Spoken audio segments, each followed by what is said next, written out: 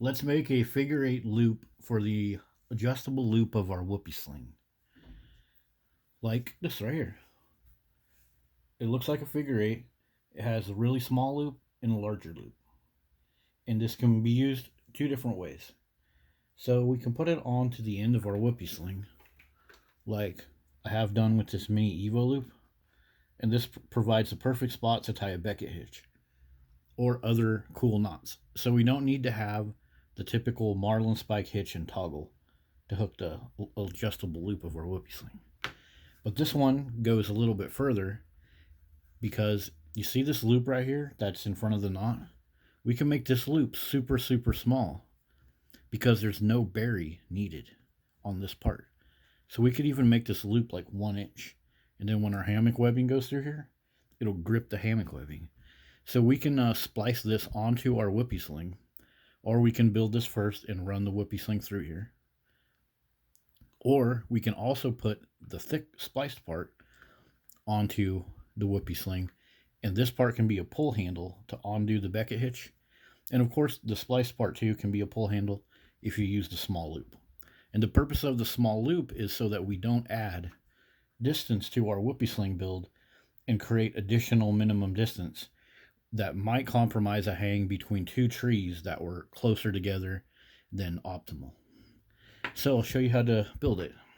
Super easy. You just start off with 22 inches. We got some blue yarn dyed rope right here. And then we use a piece of tape to save 2 inches of this because we want to have our 2-inch pull handle. Or smaller, if you want to go smaller and you're planning to use this small loop on the large adjustable loop of your whoopie sling, then go smaller. But 2 inches is what I like to go with. And then we're just going to tie a diamond knot right here. And for today, we got a special guest to help illustrate the diamond knot. So let's do the diamond knot. We're going to pretend like we've already taped our 2-inch piece, folded the 22-inch piece in half, and taped it, but we got two colors. So here's how you do the diamond knot. Take one strand, flip it like that, flip a loop into it, just like I'm showing you, and then take your other strand and take a loop through that loop you just made, like that. So see what you got there? And then you do need to turn this loop like this because you want to get that strand over there, like that.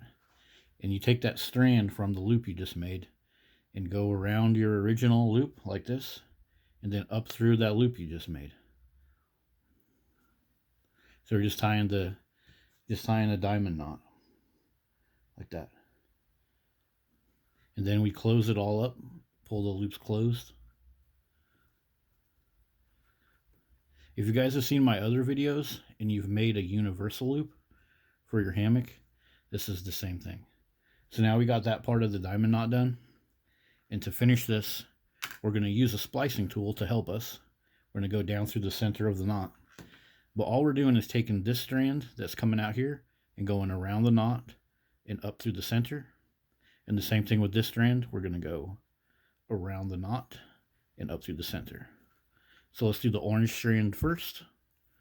I'm going to go into the center of the knot with the splicing tool. That way I don't have to feed the rope through. It's like my tape's getting in the way a little bit, so you can go underneath and open it up. You can open this whole knot up if you want at this point. But see, now I just go around with the orange piece, capture it with the splicing tool, and pull it through. Like that. And then I can turn the knot around, go back in the center. And then I can grab the green piece, come around the knot, and go up through there.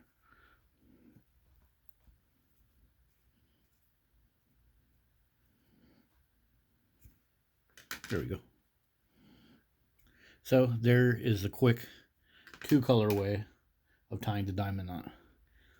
Just to help you get a better mental picture, if you have 2 different colors at home, then that's a great way to also practice if you ever need to practice. So now I'm just going to quickly do the diamond knot with the blue, flip the loop in one strand, pull a loop through that strand, Then take the remaining piece up through the loop I just made, close it all up.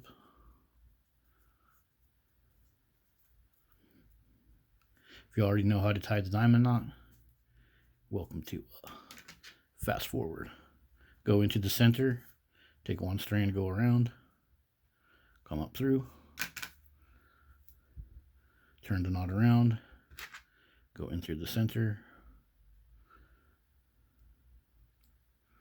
and then take that other strand, come around the knot, and up into the center. There we go. Now we can get the knot looking good by rolling it like this in our hands. If it looks a little off, you can do that. You can also try to make these two strands be equal by pulling one a little bit more than the other. I like to pull these strands to tighten the knot first instead of these. That way we keep some distance over here, because we do need that distance to do the splice. Okay, and since I didn't thin these out, I'll do it right now. I just do about a 1/2 inch down and take out 4 strands. One of these tent stakes is a really great marlin spike hitch for doing your splicing. And one of these Kevlar scissors is great for cutting your strands. Links in the description. Thin this side out too. If you made a Beckett hitch, or a Beckett loop, or a universal loop, you probably already did this. We're just going to do that locked Brummel splice on the end of here, and I'm just going to grab 2.5 inches and begin splicing. Enter the braid, grab the other piece, pull it through, line the ends up so the other one is at 2.5 as well, like that.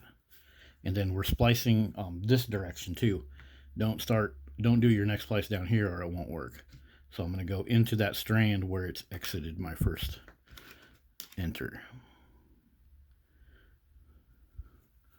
So just like this.